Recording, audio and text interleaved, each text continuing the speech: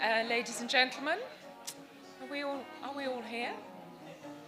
I'm Jackie Heath. I'm a conservation engineer, so the next session is of particular interest because it's all about how we apply all the fabulous background and technical information that we've been learning about this morning.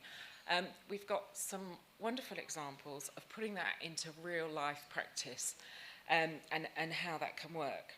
So without further ado, we have Michael Beer, who is an engineer, perhaps very well known for his work with lime, and Sherry Bates, who needs no introduction. He's our chairman, and he has a great deal of experience across a wide range of disciplines, although practicing as an architect now.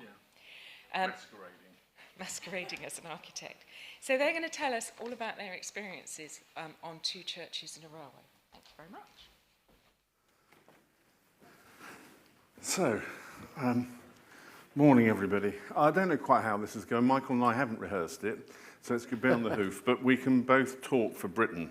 So I've been warned to keep to time. Nick's not here, but I think he was talking to an audience who would have actually bought the book with a subtitle.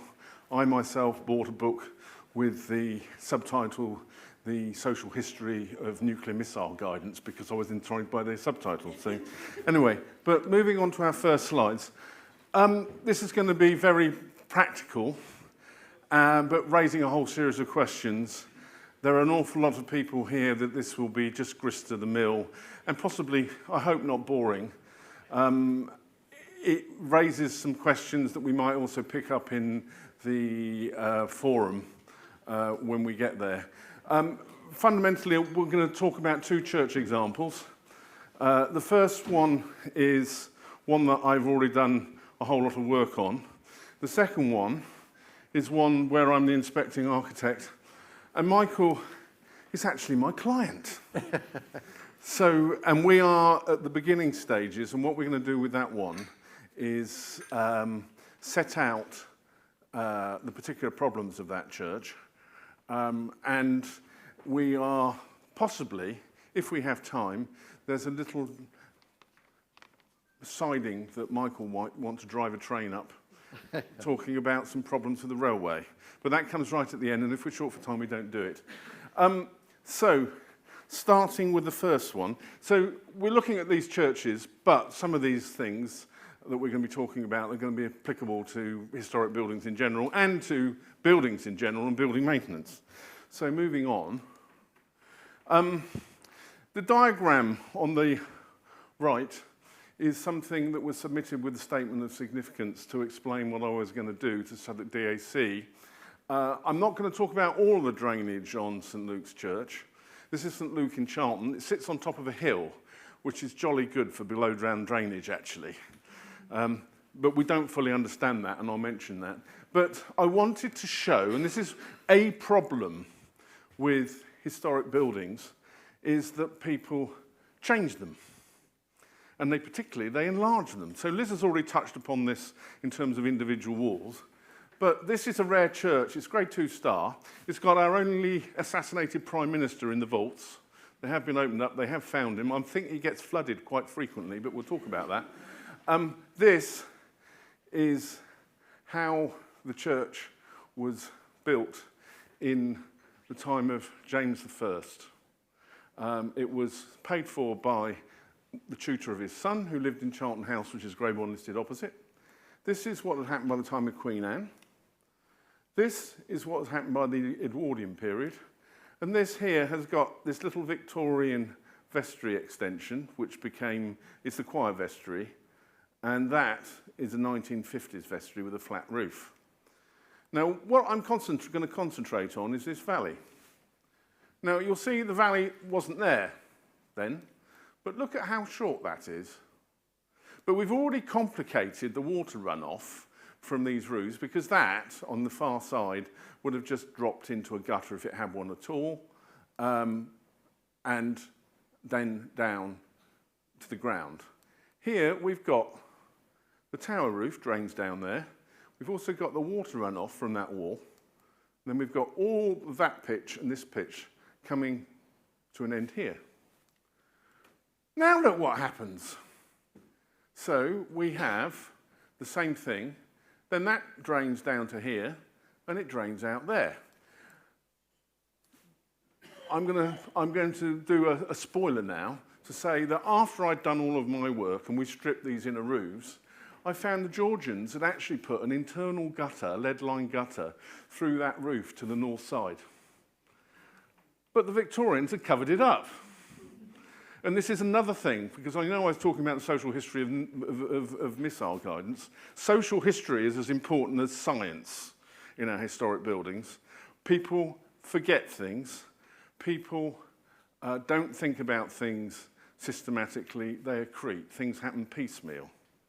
And the pressures of costs, and think quinquennial surveys and how many big bucks we get paid for those, to actually think systematically about all of those rainwater systems rather than to look at bits and say there's a fault here and there's a fault here. It's very easy just to do the latter rather than the former. So anyway, this gets even better because this all runs down here. Then the downpipe that was here ran round that corner, right? With leaks, so leaking on that bit of concealed flat roof there, went down here, connected to a gutter that took the roof from that slope and that slope as well into what was quite a narrow drain here. So let's flip on. So there you can see it. It's a bit pale. I'm not going to explain all of these. That's a lead gutter on the tower. This is the top of the valley gutter. That's looking from the top of the tower, so you can see all of it. It's all got different materials, so that's lead at the bottom. This is mineral felt. That's mineral felt there in the lower level. That's the higher level. This mineral felt, by the way, in doing calculations for the BS, there's a factor called C, which is normally 1, which is the runoff factor. That is to say that all the water runs down the channel. This spongiform thing here has probably got a runoff factor of 0.2, right? This little thing here, right, I'll stand over here. Is that better? This little thing here is actually part of a wall of part of the extension which was left in. I lifted the cap and I found the stone and we put the cap back down again because it's historically significant. But from a drainage point of view, it's a nightmare. Right, let's move on. So those are more photos of the same thing. This is this here, that little hopper head and that outlet is where all that water's going, and it's coming round that roof. There's that gutter, and it picks up and it goes down. And that's the damage you've got inside. So that there, which is this, is the other side of that wall. So that is that downpipe which has been leaking for ages. This, which I don't know how well you can see it from back there because it's quite light, but this is underneath the valley gutter and it had been soaked for ages. And I don't know about my colleagues in the room, but when I've actually sealed up something as bad as this, because this has been soaking like this for about 15 or 20 years, and other repairs have been done on the church and this hadn't been attempted.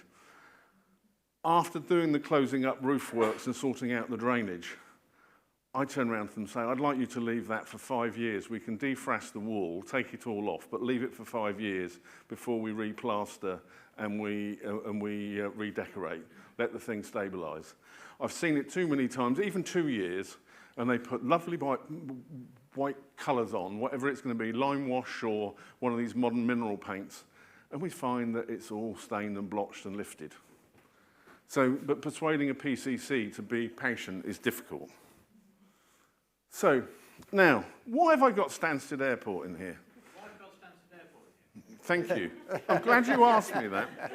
So, I'm going to come on to, because I'm going to be really nerdy and talk about regs in a minute. Stansted Airport is one of the rare examples of a building that's had a hydraulic engineer anywhere near it. It was in all the journals at the time, this super-duper new idea of siphonic drainage. By the way, this is another bit of forgetting.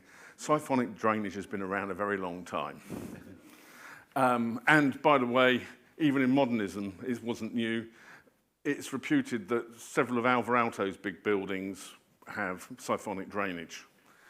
So my point is, most buildings are not actually calculated. Most buildings, we come on to how difficult calculating is. Most buildings are judged by working experience and eye, and standard tables. So there are 25 million houses in this country, and most of them, not all, but most of them, have very simple pitch roofs. That's what the building regulations are aimed at. So this is the section you get in the building regulations about gutters and downpipes. And if you look at, you get gutter sizes here, drained area calculations. They do talk a bit about rainwater intensities, but given that it's all tables, they don't tell you what to do with them. We'll come on to their table in a minute. And this paragraph is key. Where the design incorporates valley gutters, parapet gutters, siphonic drainage or systems from flat roofs, and where overtopping of these systems would have particularly high consequences such as water entering the building, use the BS. Right. So next. Whoops, that's the laser. So this is the rainwater intensity of the building regulations. Notice, because they're English building regulations, England sits alone, obviously Wales, but because Wales isn't a proper country, is it? How many of you are Welsh? Hands up. So now this actually is taken from the BS, and we'll come on to those. And this actually corresponds to the rainfall intensity's 1 year average return. Who designs for 1 year return? With a building that's going to be standing up for ages, don't you want a little bit longer than that for your top rainfall? No. So let's move. This is the frontispiece of the BS. Now you'll notice that this is an EN. So we've got one lot of rainwater guidance that covers the whole of Europe. Isn't that fantastic? Do you think local issues might be appropriate to some of this? Right, so next. So there are more tables than this, but basically that's your 1 year total return. So that's the one that you've just seen in the BR regulations. By the way, those calculations in the BR regulations come from one particular rainwater intensity that's used to generate them, which is used universally across the country.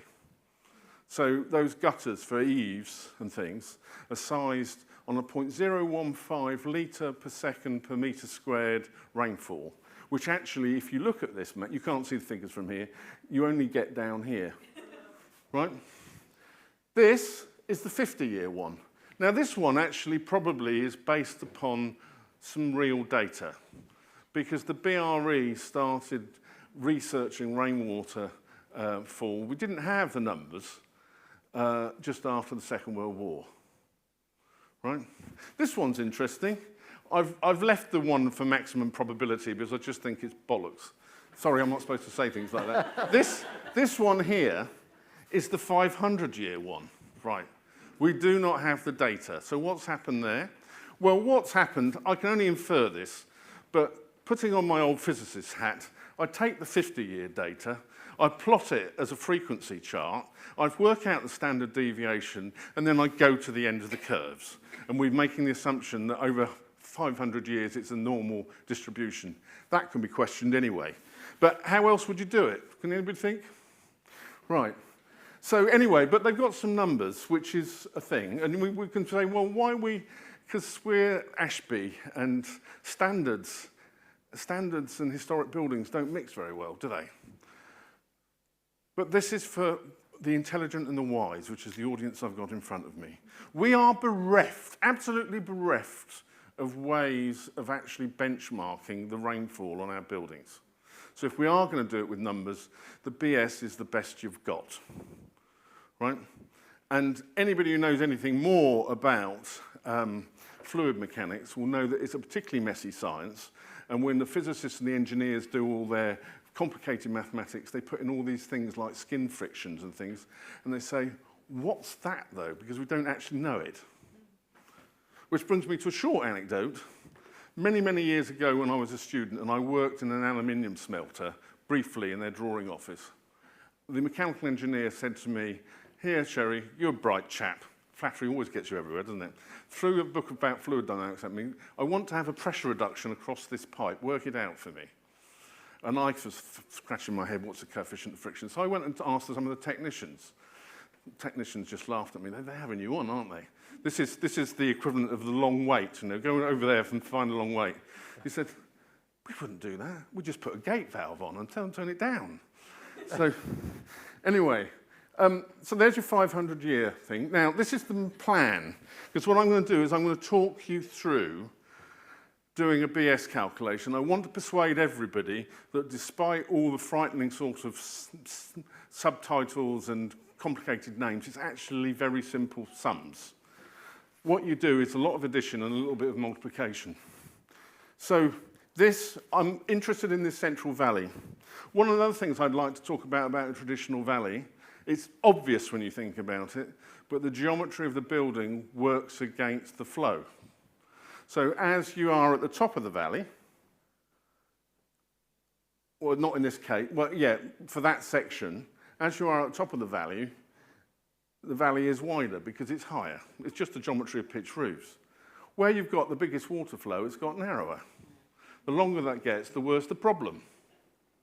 You can't do anything about that. It's geometry, guys, all right?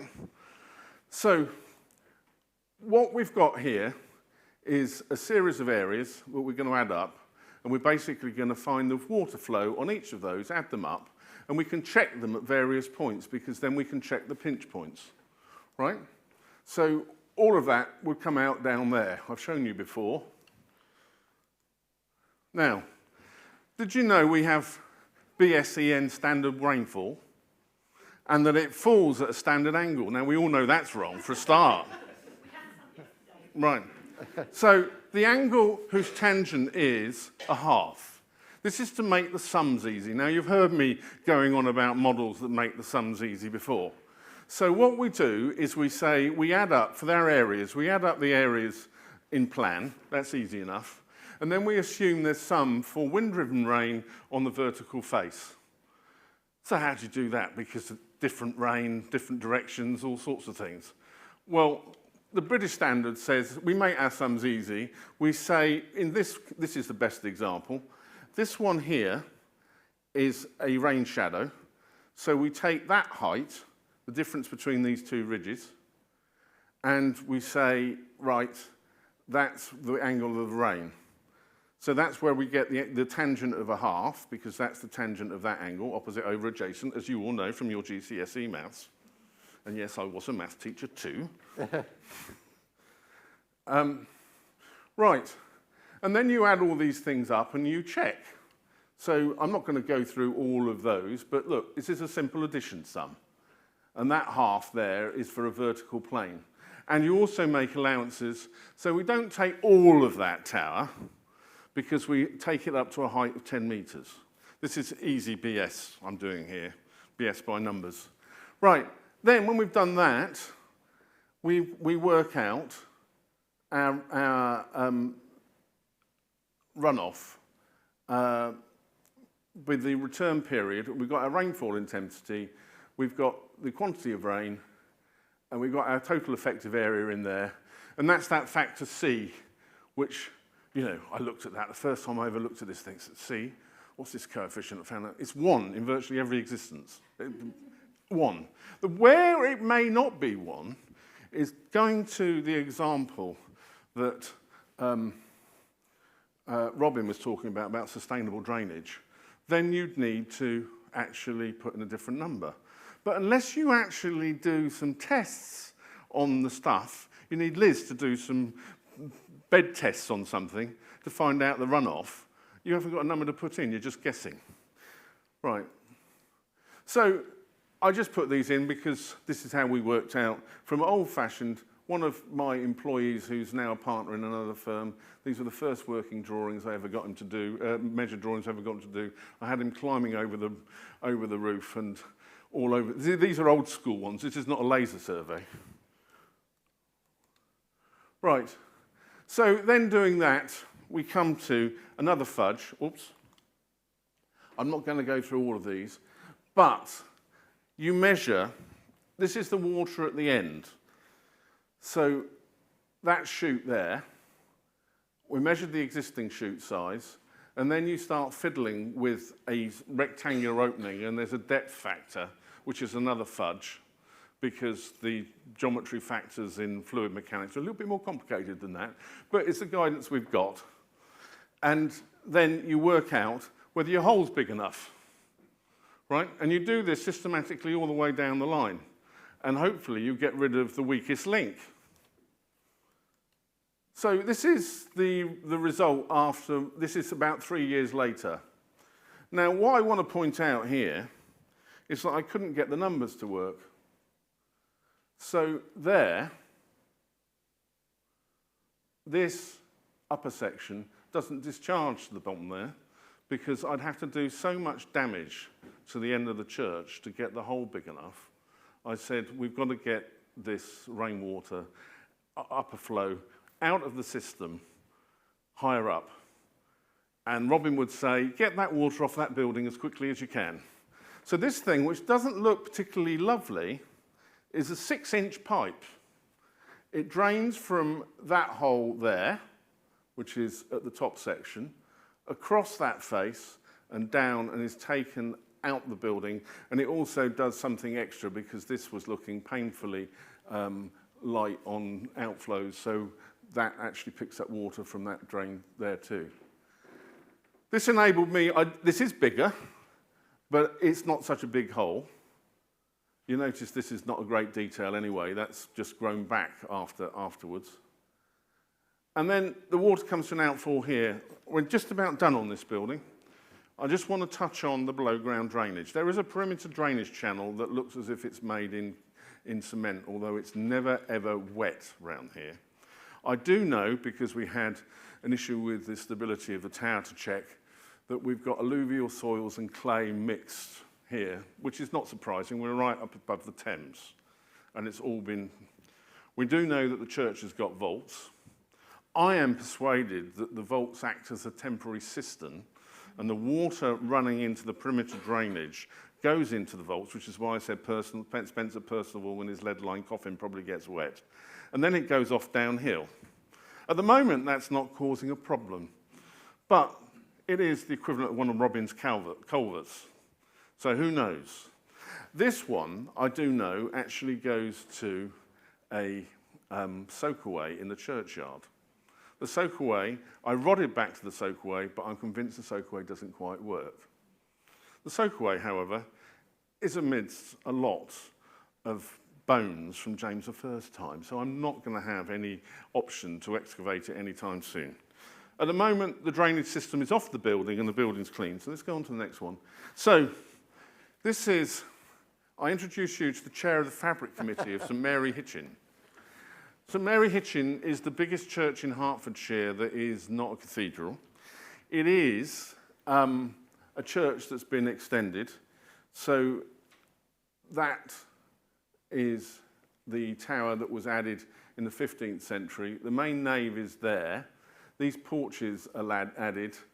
The aisles were added. And then subsequently, there are 2 big chapels, and they're as wide as the chancel, that extend as far back as the chancel. And that, by the way, is the glamour shot straight on across the River His that is in most of the brochures of the church. The roof is very complicated. So let's just go through this. This tower drains into the parapet gutters each side of a Westmoreland slate diminishing course roof, which is the nave. This is the chancel, similar roof, but it's hipped. It's as long as the nave. These have different pitches. This is, they're both pitched to a ridge along here. That's the aisle on the north. That is the Trinity Chapel. There is evidence in this parapet of a lower roof, which explains to me why there is a long parapet gutter all the way along here and along here, which you couldn't possibly lay out in lead with lead drips. You just wouldn't be able to get the depth all the way along it. These are porches. The south porch drains back to this aisle roof. That porch takes some of the water from the north aisle. Now, interestingly... Sorry, I was just going to say, bearing in mind what you just said on your previous building, on the north side there, the rainwater comes off the kind of nave and chancel roof down into a gutter and then gets taken across above a ceiling line and out some pipes out on the north side. The south aisle doesn't have a ceiling, it's straight the roof, and therefore the rainwater comes down into a gutter there and then gets discharged down through the building, and we'll show it later on. So these have outfalls along there, and there are a series of hopper heads and chutes through the wall, and chutes either side of that north aisle. There's a chute through, there was another weak point. We have a chute through a buttress there, which is very, very deep and is leaking like mad, which Michael is at the moment sleeving. That then runs into a hopper over the boiler house roof that runs down through another chute. That's a bit of asphalt. And then that discharges, well, we'll come on to the next bit. So let's tie up the below ground drainage.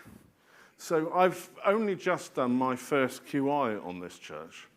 So I've just done the exercise of trying to work out with Michael how the drainage works, because we've got a lot that we're going to be doing here. So this is what you get from the utility with their public sewers. So what we've worked out is that on this side, that's that side, there is a blue Staffordshire brick drainage gully that runs all the way along there. There's only one outlet.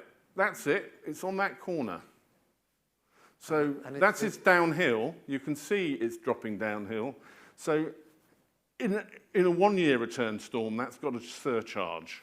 Not only surcharges, I found out last night that it silts up 2 or 3 times a year. But we'll come on to that, because I think if we have time, I'll talk about perimeter drainage around churches and silting up. Right, so that's that. This here is the east end of the church, and there's a manhole cover there, which is just about here, and that has a below ground drain that runs along here and collects there. That also picks up, and this is this side here, a below ground drain in that path. So all of the downpipes here have lovely little gullies and shoes, which are always a good idea, I think, rather than taking your pipes into the... There's a shoe, because you can rod straight up those and you can see where the water's coming out. It's very basic, but very important. So that drains, they all drain into an underground drain there which is connected and goes out to here. On this side here, something sort of funny happens. Did you know I mentioned all that water coming through the buttress and over the boiler house roof? It ends up in this broken channel here, and then it disappears in a hole. And if you see just across the other side of that footpath, can you see the depression? I'm pretty sure that's where the soakaway is. I'm also pretty sure that one's not working either. Well, we actually jetted it the other day, and as we jetted it, the ground on the other side lifted up. That I didn't know. So the other thing that I want to point out from these slides is I've not put all of the above ground slides in here, otherwise we'd be here all day, but these parapet gutters here are lined with lead. All of those of us who work with lead know that there's a width of lead sheet that you can put down. Well, while we're talking about standards, there's the LSA guidance for all their laps, which haven't changed very much. And I've had a lot of problems in the last 5 years in particular, where water has run up and over the laps, even though the laps meet the LSA guidelines. Because some of the things that we assume about the direction of water and how far it will rise in the extreme conditions now and all our details, we need to rethink, as well as resizing our pipes. And we'll get used to looking at bigger pipes on buildings, and we may have to increase our lap sizes on things. But on that one, the chancel roof, the bit you can see there has got a decent steps on the lead work. But on the chancel roof, there is almost no slope and almost no step in the lead work. So you have horizontal laps with no steps. Right, so let's move on from here. So, real diagrams, you know, done for going on site or giving to somebody to price. Michael, go on. Right, so on this one, kind of... That's the laser pointer. Right, so kind of, this is the kind of chancel roof here, and the rainwater comes out of that down into the gutter over the top there, and then goes down into two downpipes, which are built into the wall there and there. And of course, buildings move, and therefore the downpipes crack and break, and we put cameras down them, and they're all shot. And there is another, we put the camera down those two, and they're shot too, but actually all of the drains outside are shot as well. So here, we just happen to have a family kind of tomb in there. So the rainwater is coming out and surcharging a very small pipe in the wall here, and then some of it goes out this way, but somebody post-war has put a weir in that what is now copper roof rather than lead roof, and stops the water going out here and sends it down there. But it can't cope with it anyway, and the laps don't work properly, so it goes along horizontally into there, and the upstands on either side aren't enough, so equally it floods there.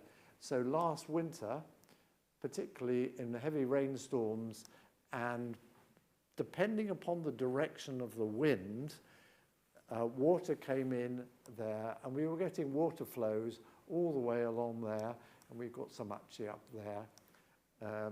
But so it is a significant problem, and we have buckets out to collect Michael, water. if you flick, you'll get to some. The next one's got the in. Oh no, go to the next one. Yeah, so there's some of the water staining that we've got on the inside. That's at the east end there, and that there are all of these staining, but we've got. I think the next one as well. Now that is on the south aisle, and you can see the water staining, and the gold leaf has actually come off because of the amount of moisture that's on there. So we have a problem that we have to deal with, and one of the questions, because on the north side, the rainwater is taken from the chancel out onto the north side. You can't do it on this side because this here is actually the roof of above that is copper. So we can't put pipes across, so what do we do? But we have a problem whereby we need, I'm going to go back to that, we need to get rid of these downpipes in the wall itself. And we certainly need to do that, because every time you want to do anything on that pipe, you have to lift all of the stonework, and you are effectively relaying the floor of one of these chapels. So by the time you get all of that, my question that we need to address, and we haven't addressed it yet, is how do we get rid of the pipe built into that wall? I have a faculty to line them, but why line them when they're not big enough anyway? So, and how do you get rid of that? So we have to re-look at that. We have to re-look at all the lead work which is lined on most of the roofs to get some proper steps in there. So we are talking about a Grade 1 listed building here.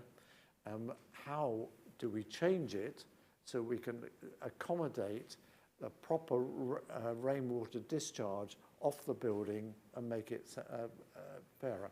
And I don't have an answer to that. We're probably going to go... There, you see, that's more, that's connected. This is the pipe.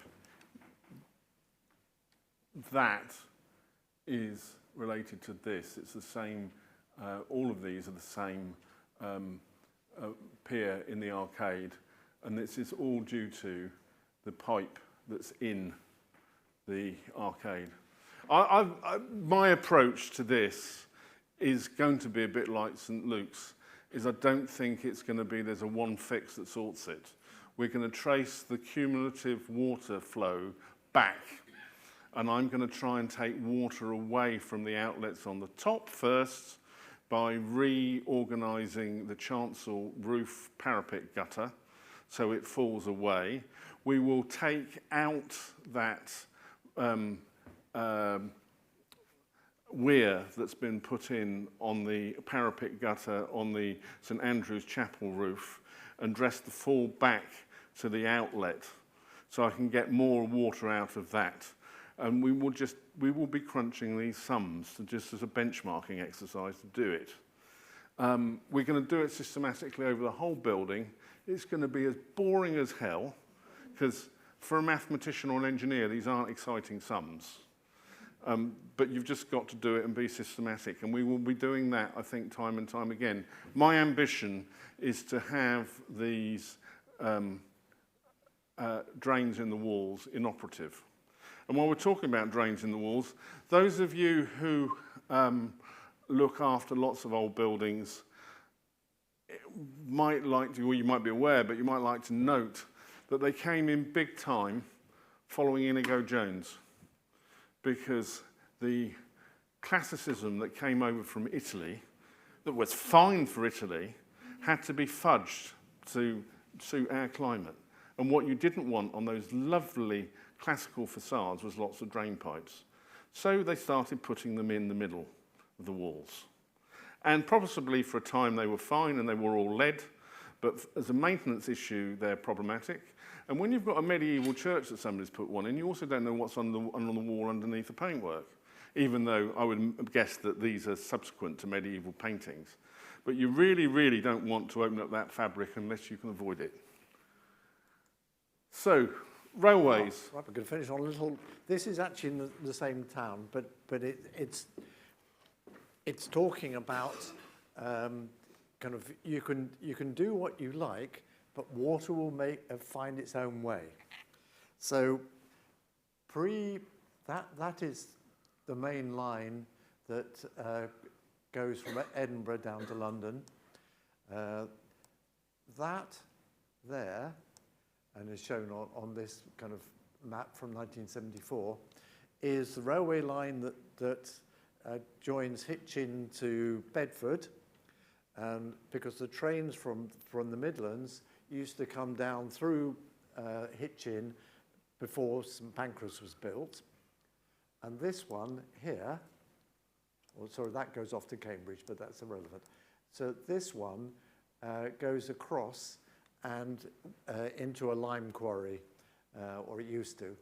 So there was an embankment there, and that embankment there and that going up there were raised up and covered off the natural course of the rivers. That's the River His there, and that's the Purwell. And they meandered across, and they didn't like that, so across the railway line, they culverted it and put it in there. Now, on that embankment, round about 1960, they built an industrial unit, and it spanned across the unit, and there's some fill site on both sides of that. And it went down about 18 inches at one end. and the client said he had a right to build a building which cracked. But he lost, but never mind. But when we were investigating it, what we found was that actually the natural course of the river, prior to it being culverted and moved, actually had re-established itself underground and just went. So you can culvert all you like, but it's going to go where it wants to go to. And I thought that was a nice example to show that actually we have a big problem to deal with. I think that's it. It is. I did promise Robin some extra words on perimeter drains around churches, since I've lifted so many of these things up and they've all been seen to be a good idea. ESA, and I know there are lots of members here, have said, oh, these are a good idea, but I find an awful lot of them also silt up. So your drain doesn't function, but all the water's going in, so they surcharge. Because all the stuff that you've got around, they surcharge, which means that actually you've got your water from your downpipes discharging over something right next to the foundations of your medieval walls. And it's just going into the soil. Whereas it would be much better if you had those pipes and you were running them all directly away from the wall to another drain. And I also would say, if you are going to have a perimeter drain, or you are repairing them, when you get to the gullies and they're blocked, and they keep being blocked, quinquennial after quinquennial, take the gully out and replace it with one with a trap on that somebody can actually clear. Anyway, I think those are a bit more down to earth compared to the big broad brush thinking in the other science. And I'm sure a lot of that is very familiar to you. But these are battles that we're going to be fighting, well, continually, because as Bill keeps reminding us, show us a building that's maintenance-free and it's a building that can't be maintained, and they do need looking after. And Liz, you were talking about checking buildings. Before the Church of England chuck it away or anybody else, quinquennial surveys actually make people look at things every 5 years, which is a good idea. But we live and we don't learn. All right, thank you.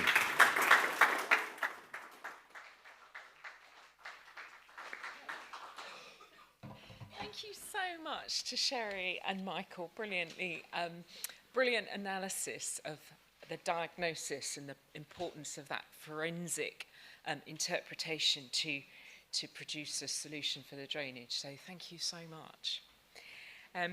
We have Gareth Fleming, who is going to come and talk to us about another completely different example on the Grosvenor Eaton estate. So many of us are familiar with the London Grosvenor estate, but perhaps less so with the rural properties that Grosvenor owns. So Gareth, come up and tell us all about your case study. Thank you very much. Thank you, Jackie.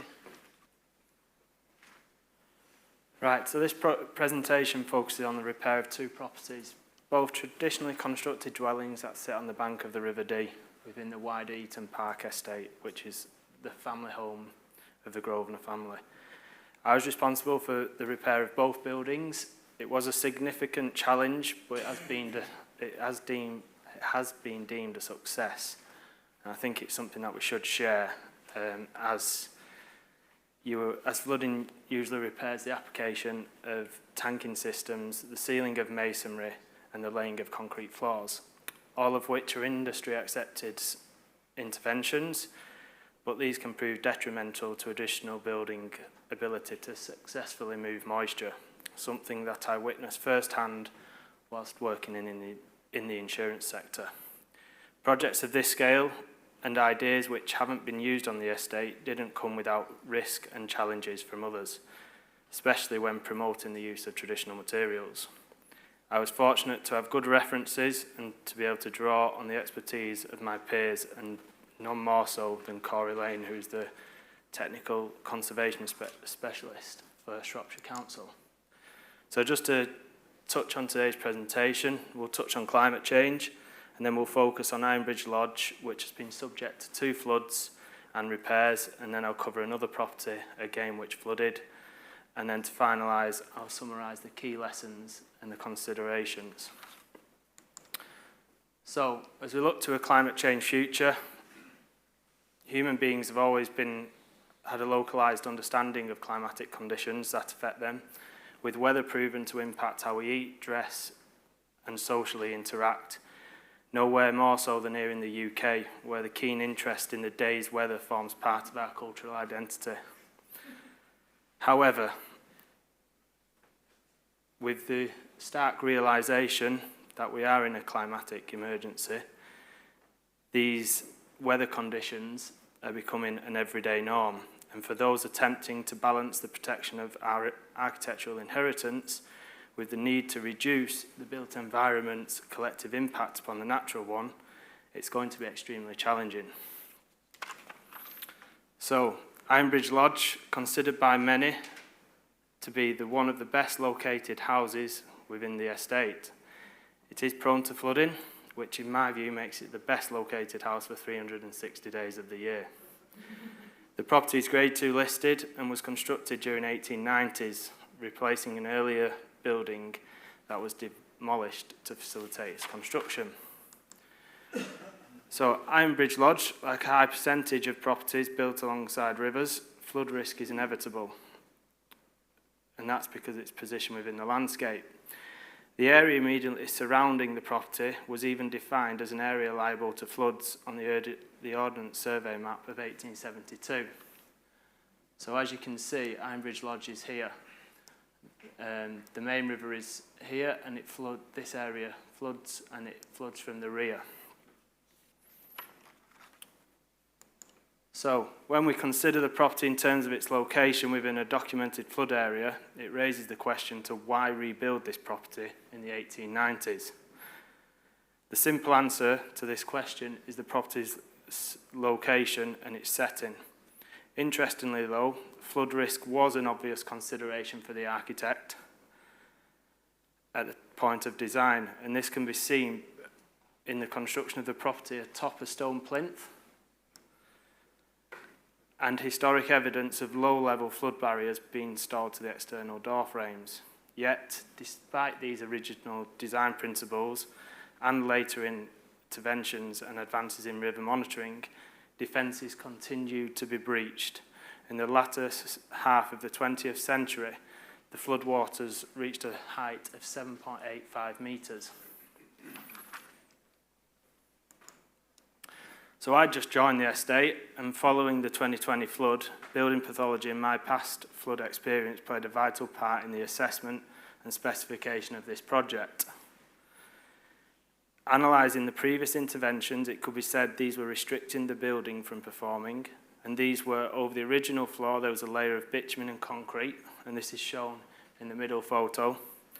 Damp proofing and cementitious plasters were present, and the stone plinth had been pointed in cement and was saturated from the floodwater as seen on photo 1. Waterproof sealants had been used, drains were defective, and residents had issues with mould, and the building was always cold. And throughout the building there was a damp and musty smell.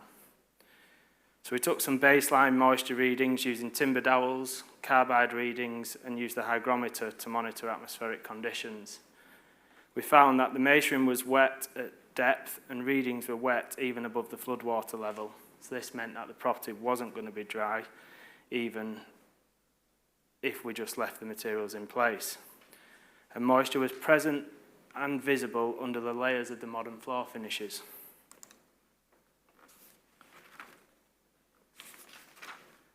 So the first stage in deciding what repairs needed to be undertaken was to consider basic principles and the traditional nature of the building's construction. In adopting this approach, it quickly became apparent that the property itself would dictate what interventions were deemed appropriate. Because, as previously stated, flood water cannot be stopped from entering a traditionally constructed building, and traditional buildings must be considered in terms of their original construction, detail, and softer, more permeable palette of materials used to build them, with interventions specified to complement, not restrict, the movement of moisture within the structure. Failure to specify within these confines of this principle was considered a significant project risk, especially as previously flood-related interventions were noted as having extended the recovery phase of previous events, as well as contributing to secondary decay mechanisms and lowering the property's thermal resistance. So I just joined the estate, so I drafted a matrix explaining my findings and presented it to management and the tenant, and I got some serious questions. So in terms of high risk, it was to leave the plaster in the floor but improve the ventilation. Medium risk was to replaster in lime but leave the floor, and low risk was to replaster in lime, remove the floors and reinstate a limecrete floor. All options included the rectification of drainage items and external works, and after a short debate and consultation with insurers, the low-risk option was chosen and the full schedule of works was created. List of building consent was granted for the project, and all works were carried out in line with Historic England and ASCHB guidance, as well as referencing British Standard 7913. So externally, the cement mortar to the plinth was removed and the stonework was depacked and repointed in a non-hydraulic lime mortar. New flood barriers were installed at the side and rear door, and these were 200 mm higher than the previous ones. That is an important point to consider when we consider what was to follow. Drainage was surveyed, repaired where necessary, and non-return valves were installed, and all damaged fencing was replaced with a post and rail design so water could easily pass through them. Whilst excavating the floor, the moisture was noted as being present between the previous interventions and the individual construction layers, with a strong and damp, musty smell throughout. On exposing the original sub-base, we found significant evidence of masonry infill, possibly recycled out of an earlier building. It had been crushed and covered in a lime and ash slurry, with evidence of lime inclusions throughout and the use of fine aggregates. A trial hole was dug and the depth of the sub-base extended to a depth of 1 metre with a sand layer thereafter. The construction would appear to be vapour permeable and free draining, and this potentially was an intentional design to help further reduce the effects of flooding historically. Whilst the floor was exposed, the submaterials dried out, and this is visible on the photos. A new limecrete floor system was laid. We used recycled glass insulation to form the sub-base with a perimeter of corkboard and used an NHL 3.5 slab. To enable the property to be cleaned in the future, we used a UK-made quarry tile, which obviously was there originally. So internally, previously applied tanking systems were removed and the height shown in the photographs along with the electro-osmosis DPC. The moisture content of the wall was ascertained using carbide samples and it was initially recorded at 6.8%. But following natural drying, the reduced levels reached 1.9%. Walls were subsequently covered using a well-haired 3-coat non-hydraulic lime plaster with a non-hydraulic lime wash to finish. The kitchen was designed to enable speedy removal in the case of a flood. So as the flood waters didn't reach the sockets, the boiler and the sockets remained in place.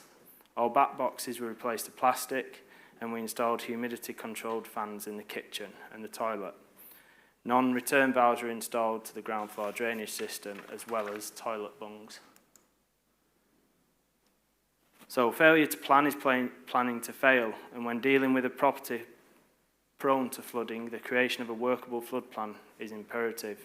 Consider it the Haynes Disaster Manual, a document containing key information to help inform and reinforce actions taken leading up to and during the post-flood event. This included the flood-resistant measures and the flood resilience measures we had included.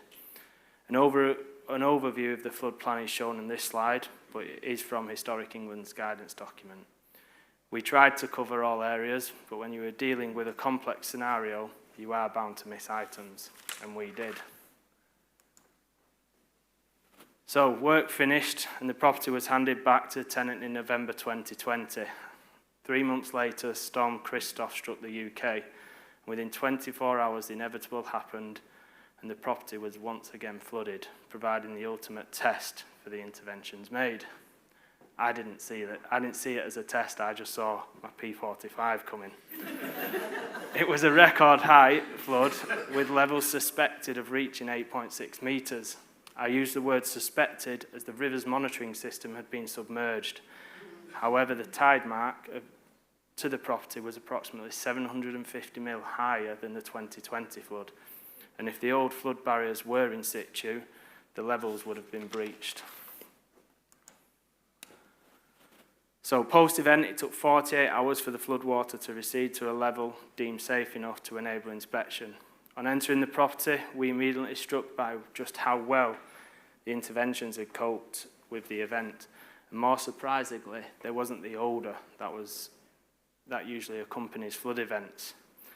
2 areas of the internal plaster were noted as having failed, one as a result of poorly detailed service penetrations to the kitchen, whilst the second was comically attributable to the water tracking through the walls via drill holes previously made to facilitate the installation of a damp-proof course. Overall, though, the interventions and adopted flood plan were considered to have worked. I will admit, we overlooked the use of pumps and the water coming up through the floor. However, with a friendly local farmer and an on-site generator, we installed a slurry pump during the stage of the flood. It was doing exceptionally well at keeping the levels low until it sucked up a mop head, and the levels did rise, but following a repair, levels reduced significantly. And even with the high levels outside, we kept the levels low. And if you can just see there, you can see the green boat. So that's where the level of the water was, and obviously there was a significant difference internally. So, following observations from the tenant, they advised that the water came through the early finger cavity walls rather than the 13-inch solid walls. Strangely, there are 3 sections of walls within this property where an early cavity is present. The individual stages of the flood plan were followed, and the property was deemed habitable within 5 weeks, a considerably reduced time frame when compared to previous events. And one important statement is to note, no insurance claim was made on this flood. As previously stated, there was no associated smell with the flood, and further investigation is required to fully understand this reason. However, I personally feel it may be attributable to the mild antiseptic qualities of lime. The first action undertaken by the estate team was to remove the flood-related debris, and once the clean had been undertaken, we installed infrared heaters to warm up the floor slab. Air movers were used during the first week to force the air throughout the building and the property, and we left the windows open during the daytime to promote air changes. At night, we was getting temperatures of -5, so we shut the windows. The decision was taken to light the fire at week 2, and this began to gently warm the building fabric throughout without negatively affecting any internal atmospheric conditions. The heating system was commissioned at week 4, and the temperature was slowly and incrementally increased from this point on. There was an increase in humidity at this stage, but so we installed a desiccant dehumidifier. Plastering repairs and lime washing were carried out week 5, and throughout the immediate drying phase, atmospheric conditions were monitored using hygrometers, data loggers, and thermal imaging. However, while these 2 tools proved useful in affirming observations made on site, it was basically a set of eyes that proved invaluable throughout. So externally, no damage or adverse effects were observed to the stone plinth or the replacement mortars. In fact, it was extremely interesting to monitor the rate at which the plinth dried out, and the photographs within this slide show how the coloration of the stonework returned to a pre-flood hue within 10 weeks. So that was the day after the 2 days after the flood. You see it drying out, and then obviously the stone is basically the light pink colour which it naturally is. Internally, we saw evidence that the lime-based materials used absorbed water and dried out without losing their integrity, with no evidence of mold growth encountered. The lounge was the slowest room to dry, as its exposure to direct sunlight is limited, but this didn't affect the tenant moving back in. The dining room dried the fastest, and all plaster remained in situ. Within a month, the carbide readings were recorded to have been reduced by 2.1%. In terms of the floor, infrared heaters benefited the building as it warmed the surface, not the air, and combined with the use of air movers, this allowed the floor to slowly dry out. You could visibly see and monitor the changes of the colour of the grout as it dried. And then when we moved heaters, the area would initially appear dry, but after 24 hours, the area would then become wet again, demonstrating the wicking movement of moisture throughout the floor slab. So as well as visual observation, the use of thermal imaging played a massive part in monitoring the progress of this project. It allowed temperatures to be monitored and was used to confirm rates and patterns of drying as seen in the images. It also clearly demonstrated that as the thermal mass of the structure increased, so did the rate of evaporation from the building fabric. So just key findings and key items. The highest humidity was on the day of the flood, and that was 76%. Humidity through the drying process ranged between 35 and 65%. Temperatures ranged between 9 and 20 degrees internally. And in a month, the carbide readings had gone down, and these continued to decrease. At week 5, there was a constant temperature and humidity range, and the humidity ranged between 45 and 55%. So key items: using the fire, air movers and natural ventilation allowed the internals to dry slowly and kept atmospheric levels low. Thermal imaging was essential. As time progressed, you could visually see the property drying out. The kitchen humidity extractor with a data logger was essential. Tenant commentary was invaluable, and the tenant stated there was a difference in warmth and comfort in the building longer term. So, second property that floods on the estate, and it's not listed but is within the park boundary. In the past, it has suffered flooding from the river at the front of the building and from the field at the rear. Again, it's traditionally built, and it was built in the late 19th century. It was used as a dwelling and attached stables, but in the 20th century, the stables were converted into habitable rooms.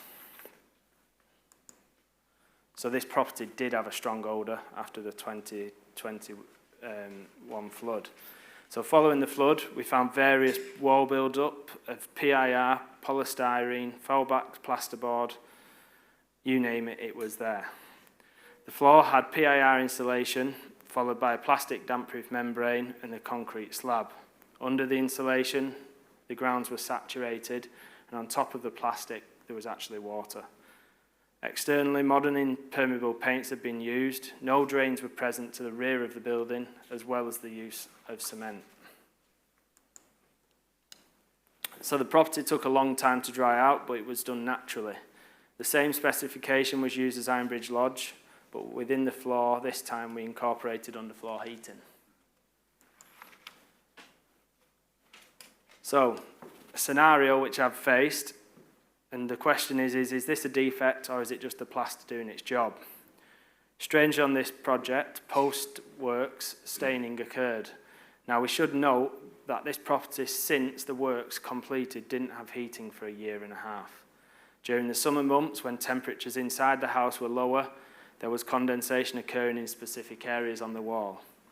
I'm open to further comments on this, as it is a concern, but my conclusion is it is hygroscopic salts, which as the wall dries and the humidities fluctuate, the stainings become more prominent at different times of the year. I've come to this conclusion as we must consider the consequences of previous floods, then the trapped moisture and the moisture stresses from the use of the impermeable materials forcing moisture up the wall. The previous uses of parts of these buildings, which were stables, storage and maybe composting, and if materials such as manure, cattle urine, salt benches were in contact with the wall, over the time the masonry would absorb the sulfates, nitrates and other contaminants. Then, as we have applied a porous substrate, the materials have acted as a poultice, and as the wall dries to establish moisture equilibrium, the salts have crystallized within the plaster.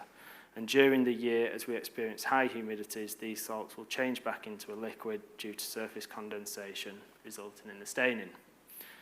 As the house was warmed and people was living in it, the staining has dried out, especially in the original living quarters.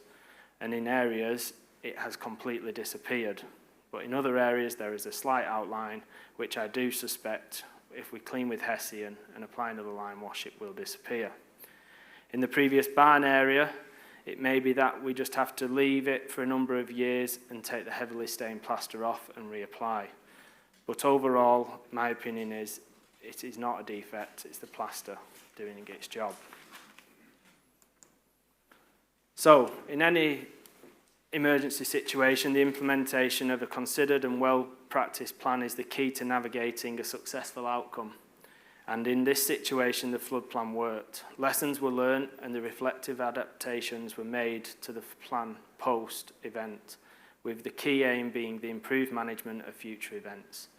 During a flood situation, you do encounter people at the lowest ebb, so you've got to be mindful on the approach and allowed to proactively work with residents to find solutions to issues and go the extra mile to ensure they are included within the decision-making process.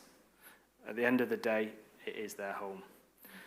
As the building dries, be accepting of the fact of staining and salts will form, and target assess moisture content of masonry. I know it is difficult, but use the information obtained to inform repair strategies going forward. All too often, interventions are undertaken with little or no consideration to this fact, and in post-event environment, continually assess the internal atmospheric conditions. When dealing with the post-flood repair, traditional buildings don't be afraid to stand firm on the use of these materials. They may not provide the impervious structural barrier to which that we're accustomed to, but they appear to be improving drying rates and shorten recovery phase. Be aware that funding is available from insurers, but you do have to ask for it, and it's called flood resilience funding. Finally, be aware that every building is unique, and a one-size-fits-all approach rarely provides successful. In contrast, this project employed a well-evidenced material-first methodology, one that stuck to basic principles and was proven to work. Also, never underestimate the benefit of projects being peer-to-peer reviewed. It's much easier to find the devil within the detail if you use two pair of eyes. So just wider on the estate, across the estate, the teams are constantly increasing biodiversity, improving the soils and undertaking larger projects such as peatland restoration, which includes revegetating areas of bare peat, reprofiling peat hags, which are eroded by drip edges and blocking gullies to retain the rainwater. We're constantly clearing silt and ditches, and we are constantly planting trees across the rural estate. The forestry department manages over 2,800 hectares of woodland, and we are installing 100,000 trees a year. So given the findings during the repairs and the reinstatements, I'm confident with how the approach performed. Professionals specify projects and commonly take the credit, but I want to give the recognition to the in-house team, the plasterer and the people who inputted into these specifications. Sharing practical examples going forward is essential to how we adapt, and thank you all for listening.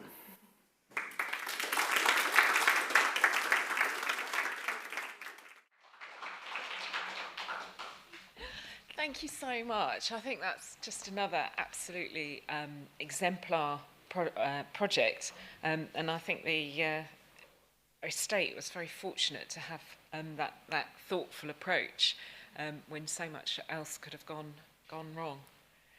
Thank you very much. And on the same theme, but now for something a little bit different, I want to welcome Dr. Sophie Day to the stage. Sophie is an academic who's now seconded to Norfolk Council, and we're going to turn our attention to coastal flooding now. So please welcome Sophie up to the stage. Hi everyone, yes, I'm going to take you into a completely different realm here actually. We're going to be talking about coastal erosion, so a different kind of watery threat.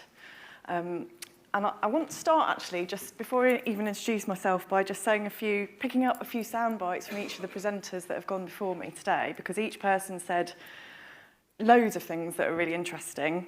But within the first 30 seconds of the morning, Michael talked about navigating a better world. And really, this might sound like a slightly gloomy kind of topic, but the nub of this is looking to do things better for the future, for a better future, for a more resilient future, not just for the heritage sector, but for across whole systems. Michael also said, the ground beneath our feet is not as solid as we think it is, which is something we often find ourselves challenged by. So I think you can kind of logically see the link here with why I'd be interested in that kind of statement. Robin talked about the need for systems thinking and pointed out that it's always really important to think also about where the weak points are in a system so that we can kind of prepare ourselves, we can understand and anticipate our vulnerabilities to be more resilient in the future. And that might be relevant in the context of physical infrastructure and physical things, but also I think it's just as important in the governance and kind of policy contexts as well. For example, the standards to which we work may not actually be particularly future-proof in some cases. Richard talked about the notions of quick fixes and actually how these can kind of lead to more problems than they're worth, that kind of gaffer tape approach. And I will make the parallel there with seawalls as an adaptation to managing coastal change actually can lock in problems for the future, even though they might temporarily plaster over a problem. Sherry, and in Michael's presentation, Sherry talked about social history being as important as science, and hopefully that will become clear in my thinking too, and the need to think systematically about whole systems and whole processes and whole structures rather than about bits and pieces. And finally, Gareth was talking about the failure to plan is planning to fail, and that one really resonated, and I shall work through that in my talk. And he also sort of mentioned that people at the forefront of flood risk.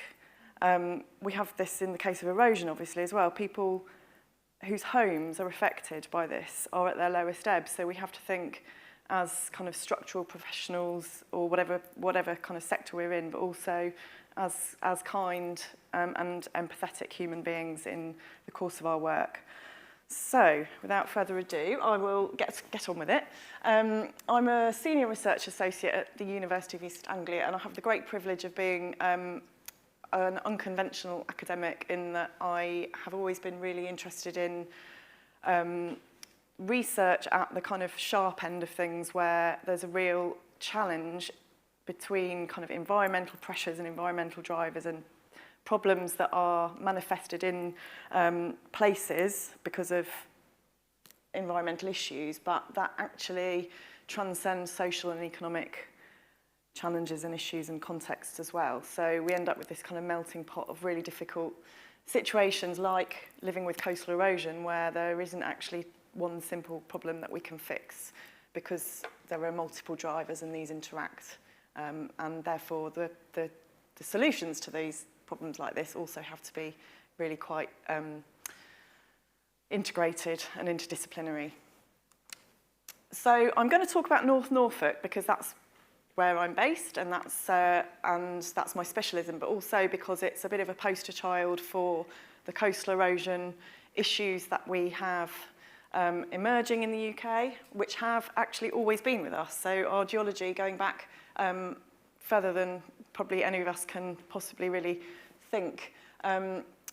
We have always had environmental change on quite a transformative scale. We used to be a land bridge to Europe. Over time, we've had glacial activity and other kind of geological changes, which mean we have developed what we now know as East Anglia and actually quite a low-lying and soft coast made up of sandy deposits and gravels left behind after the glaciers.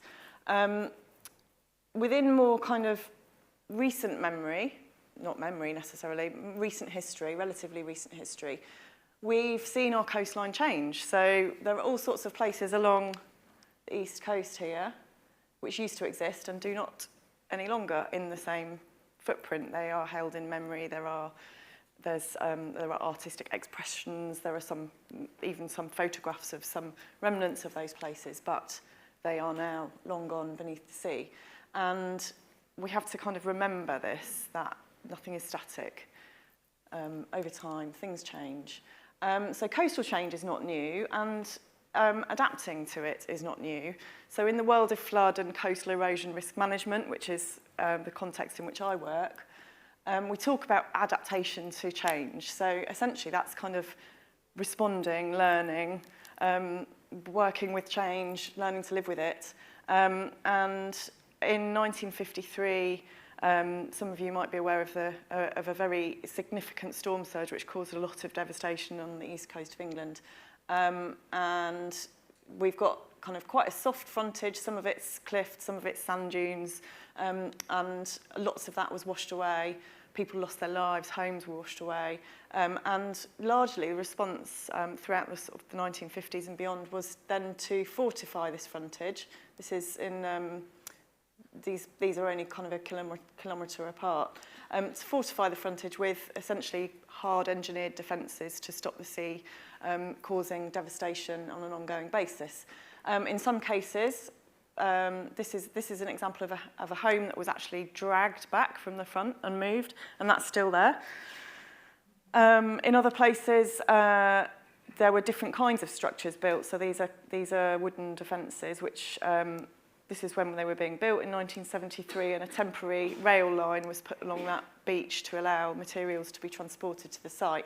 And recently, that was covered in sand, and recently, because of a number of high tides and storms, those tracks actually still there. They've been exposed again, and now we can see actually this defence is degrading quite rapidly.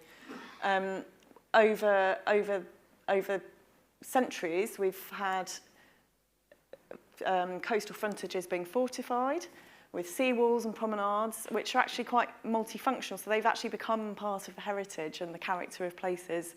They don't just have a physical kind of defence function. Those structures house utilities beneath them, but also they look very beautiful and they're designed for a physical purpose, but they also become interwoven with the character of places. And a trend that we're now seeing is a move towards different kinds of coastal protection and defence works, which are much softer. So this is an example of something called sandscaping, where 1.8 million cubic metres of sand was dredged and shipped and put on the beaches across the Backton to Walcott frontage, and that's designed to spread out and take the energy out of the sea and reduce the impacts of any future surge. I'd like to thank the previous speakers for giving a really good sort of summary of what we might be expecting in terms of the kind of challenges being brought about by climate change. So not only in the East Coast have we got ongoing erosion, which is a natural process, leading to loss of land, homes, historic buildings, infrastructure, beach accesses, all sorts of things. We've also got the impacts of climate change, which we know are going to be accelerating the rate of this natural change. And that isn't just from wave energy, although that can be exacerbated by storminess and changes in wind direction and so on. We've also got extreme patterns of rainfall and drying. That's really significant for us because the way the geology and the cliff dynamics works, we have sandy cliffs sitting on a clay base. So when they get waterlogged, that exacerbates the cliff collapses. So we've got the sea eating away at the toes of the cliffs, and we've got water wetting the cliffs and causing slumps in periods of really, really extensive wet weather. We've got other drivers of change. So we've got defence works which are becoming old and degrading, nearing the end of life, and it's becoming too costly to repair them like for like. We've got interventions in the system. So this is a sediment system, and if you stop one place from eroding, you reduce the supply of sediment, which creates a beach elsewhere, which would naturally be a buffer between the land and the sea. So the more you defend, the less sediment you have travelling around the system, the more vulnerability you create elsewhere. It's complicated, but that's quite a simplistic explanation. And we also have policy shifts. So we have a desire, well, we have, with greater understanding of coastal systems, we have a policy context which is looking to shift more towards enabling the coast to function naturally, to be able to use sediment as a natural defence. I can't remember the right term, but to function as a defence. But that comes at a cost because it means starting to allow erosion to happen again in some places, and making that decision is obviously comes at a cost. So there's a huge amount of uncertainty because all of these drivers interact, and there are also kind of socio-political factors, including the lack of a plan. So we might have a physical plan for an ambition to enable the coast to kind of become more naturally functioning, but when it comes to losing places, there is no plan, there is no compensation, there is nothing. In fact, if you have a home on the edge, you are liable to pay demolition costs and end up with nothing. So at the moment, that's the kind of situation that we are looking at. I'm not going to linger on this, but I did some work a few years ago, well, horribly long time ago actually, and thinking about kind of what some of the key challenges are around how we go about adapting to change. And these range from the kind of innate uncertainty around how quickly climate change will manifest, to the lack of cross-sectoral coordination, shifting policy contexts, mismatched expectations and understandings about coastal systems, and so on. And some of these things actually can kind of be thought of as acting as barriers or limits to what we can do in terms of adapting. So we can't just march into a community and say, oh, right, this is not feasible to keep this here, so move on. That's just not possible. And what is a community? A community is people, it's buildings, it's utilities, it's views and landscapes, it's a sense of memory and history, it's the people buried in the graveyard, it's all sorts of things. So everything from sort of what our goals are around thinking about adapting places to how we value the things that are in a place and what makes a place, all kind of come under this umbrella of coastal adaptation. I thought I'd ask my colleagues. I'm seconded into North Norfolk District Council to help with a particular project that I'm going to mention in a minute. And we are part of a broader coastal partnership across 3 local coastal councils in the east of England. And I was really amazed by all the types of things that they see as being relevant when we talk about heritage in a coastal environment and heritage or history. And it was everything from kind of, I suppose, things that you might expect, like kind of, ancient buildings, priories, ruins, churches, architecture, to the kind of the cultures and other types of heritage in a place. For example, kind of aspects of the fishing industry. We've got some military architecture, lighthouses, church here. There's a beach access. There'll be people who have memories of having holidays on some of these beaches. Art is really important. Different types of recreation. The list goes on, and natural habitats, and as I said, landscapes. And interestingly, as well as coastal defences actually becoming heritage and part of the character of places, we also, because of erosion, we have archaeological finds and artefacts which are helping us learn about the kind of the history of our civilization. So there are loads of different kind of interconnecting, difficult things to think about here, but also really exciting things. I'm going to talk about a little place on the Norfolk coast called Haysborough, which is a bit of a poster child for coastal erosion, often comes up in the media. And I thought, I'll try and make a quick list of just some of the historically interesting things in this village. On the shoreline management plan, which I'm not going to explain in depth because that could take days, essentially the policy in terms of flood and coastal erosion risk management for this location is no active intervention, which speaks for itself. And so the district council have no powers to defend. They also have no powers to help people at the moment. And that's what the project that I'm working on, I'm going to say a little bit more about that in a minute. What we're trying to do is learn a bit more about actually how you do adaptation and bring some fairness and justice now into this process. But they have a listed church, graves, a lighthouse, Bronze Age evidence of barrows, a Roman farmstead, evidence of Saxon settlement. It's in the Domesday Book, medieval stonework, loads and loads of different listed buildings, a military battery, and these are pictures in the pub, which itself is a historic building, but on the wall of the pub show a church which was lost to the sea, and these are photographs from, I think, about 1911. So it's an interesting place. There's a lot that will be lost. It's only a small place, but yeah, this shows you over time, since 1988 through to 2020, the red line, that shows you where the cliff top was in 1988. And it's now here. This building here, the one with the white circle, is the same one, and that's now not there. So you can see here, all the way down Beach Road and along, and now that it no longer exists. That gives you a kind of flavour of how rapid this is.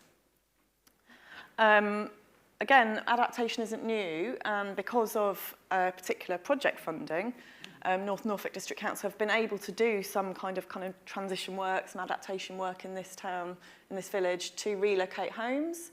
So these were the original dwellings, and you can see where new ones have been built elsewhere, further back.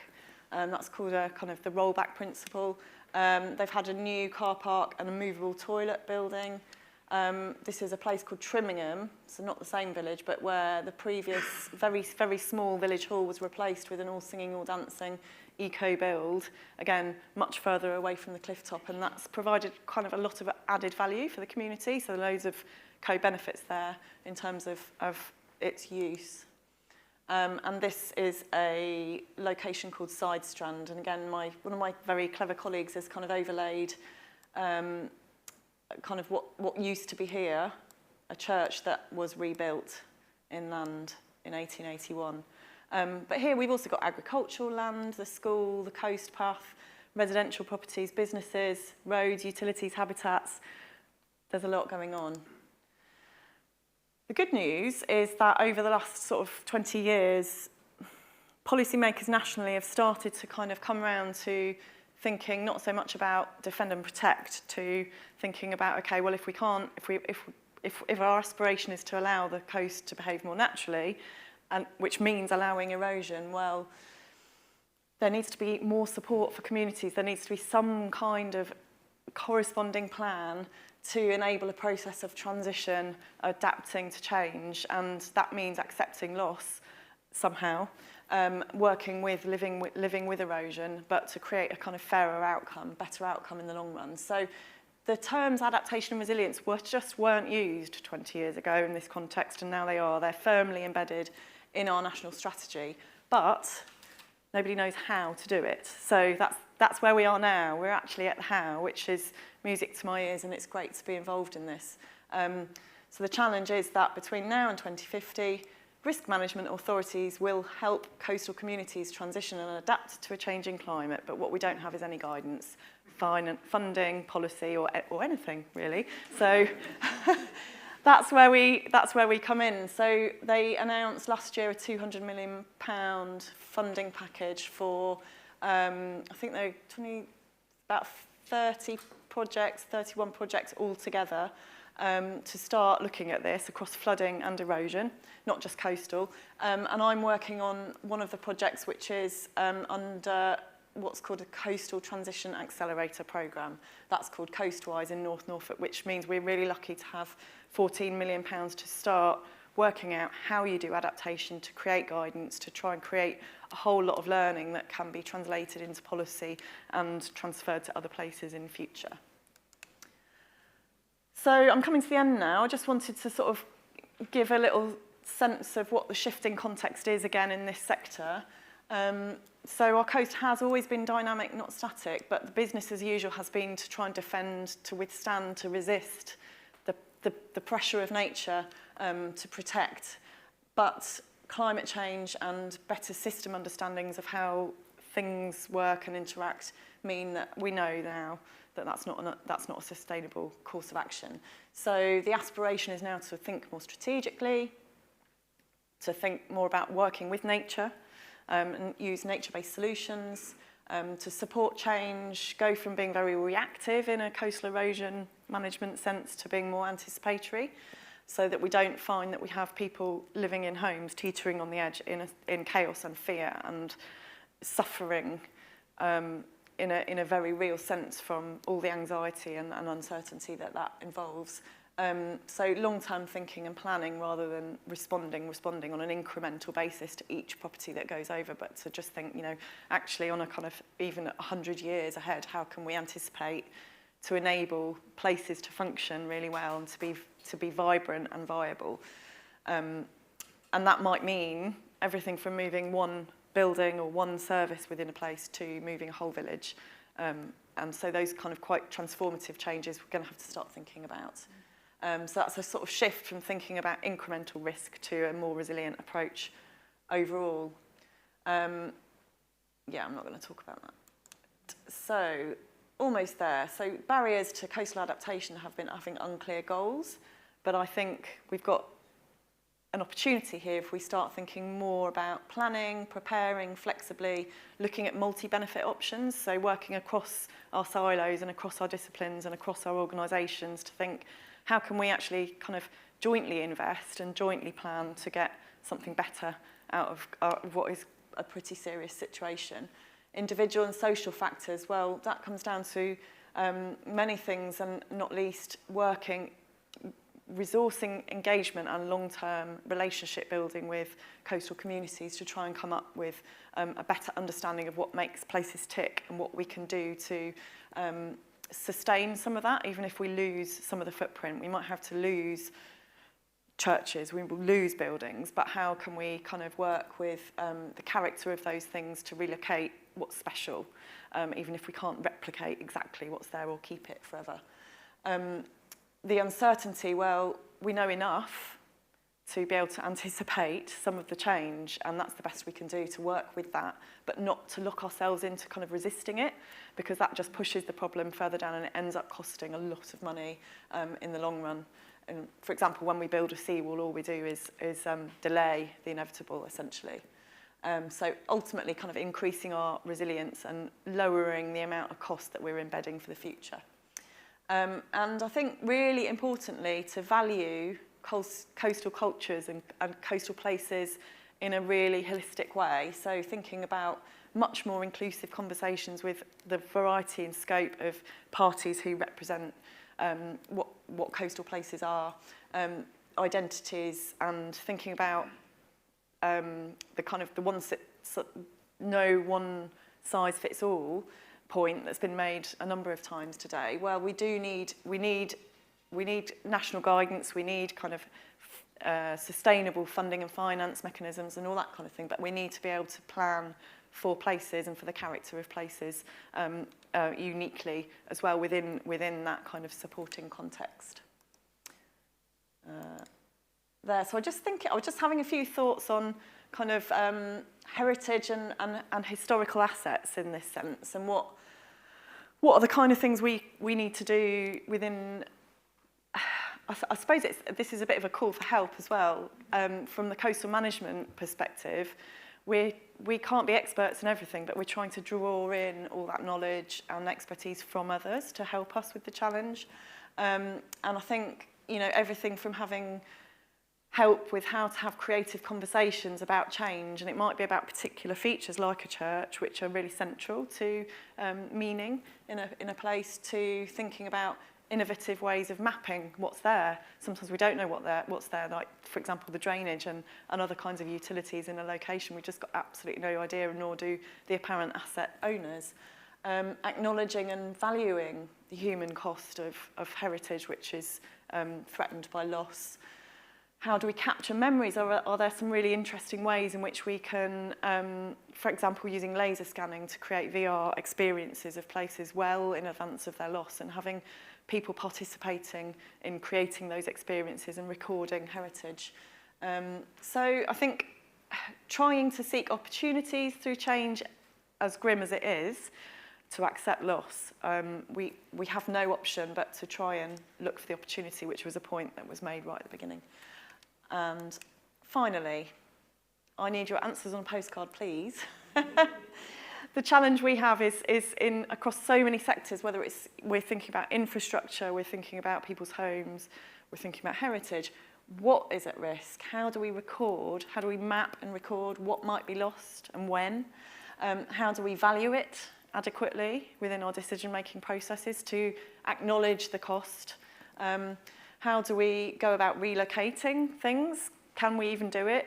If so, what can we relocate? Or can we relocate things can we take materials from a church that has to be lost and use those materials very visibly in a new building to sustain that kind of connection to history?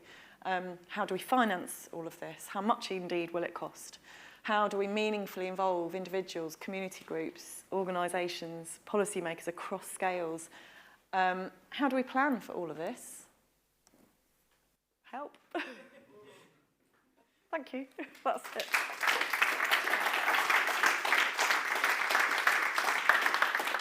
Infrastructure, we're thinking about people's homes, we're thinking about heritage. What is at risk? How do we record? How do we map and record what might be lost and when? How do we value it adequately within our decision-making processes to acknowledge the cost? How do we go about relocating things? Can we even do it? If so, what can we relocate? Or can we relocate things can we take materials from a church that has to be lost and use those materials very visibly in a new building to sustain that kind of connection to history? How do we finance all of this? How much indeed will it cost? How do we meaningfully involve individuals, community groups, organisations, policymakers across scales? How do we plan for all of this? Help. Thank you. That's it.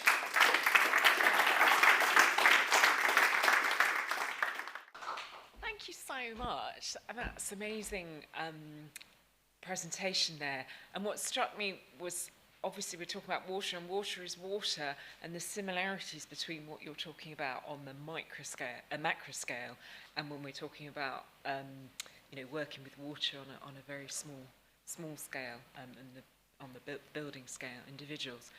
Now I look to my colleagues, but we do have 5 minutes, so shall we take some questions to any of our speakers from that session? To Sherry or Michael or Sophie or Gareth, are there any questions? So this was a question from the estate.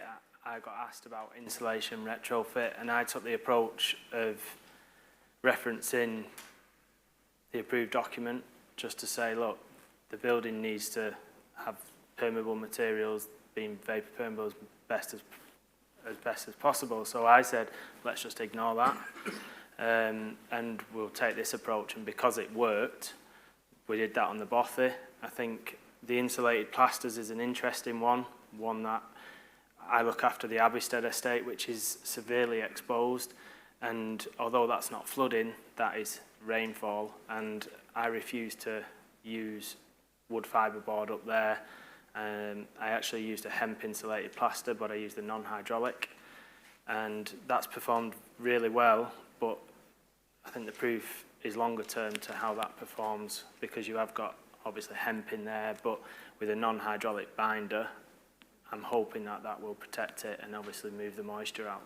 But yeah, I'm nervous, and I take quite a restricted approach on it, and my view is try and use the binder in terms of lime than what the property was built with, because I think a lot of these insulated plasters are focused around non-hydraulic binders as well, and we don't actually know longer term what they're going to do. So yeah, in terms of the flooding situation, I just keep it sand and lime. I did have a query. I did question whether the use of perlite and quicklime could be used, but I didn't want to take that risk. Do you want to come in? Well, I just wanted to say, you could say how the tenant in the Ironbridge house was just completely over the moon. I had the luck of meeting him, and he was raving about how not just the flood resilience, but how comfortable the property felt. And he said, we didn't use the heating in the winter. Yeah, and so I think He's, What we're trying to do is cut energy. yeah. They do say, obviously, a wet house is a cold house, a dry house is a warm house. That was evidence, but I've obviously haven't got the figures or the evidence to back that up. But from his experience, don't get me wrong, the day it flooded, he thought everything had failed, but when we turned it round, he's been supportive, and he actually probably knows more than what most surveyors know out there in terms of lime and dry buildings. So yeah, for him to come round to that was really positive. And yeah, he's still to this day saying that his house is dry and he doesn't want insulation in his house. So yeah, Proof is, evidence is in. yeah. Have we got time for one more question? Okay. We will carry on. We've got a really lovely long plenary session at the end of the day when all of our speakers from throughout the day will be able to take questions. So I think it's lunchtime. So please go. We're taking lunch downstairs. So we'll make our way downstairs for lunch, and then please come back for 2 o'clock. So thank you to all our speakers and audience.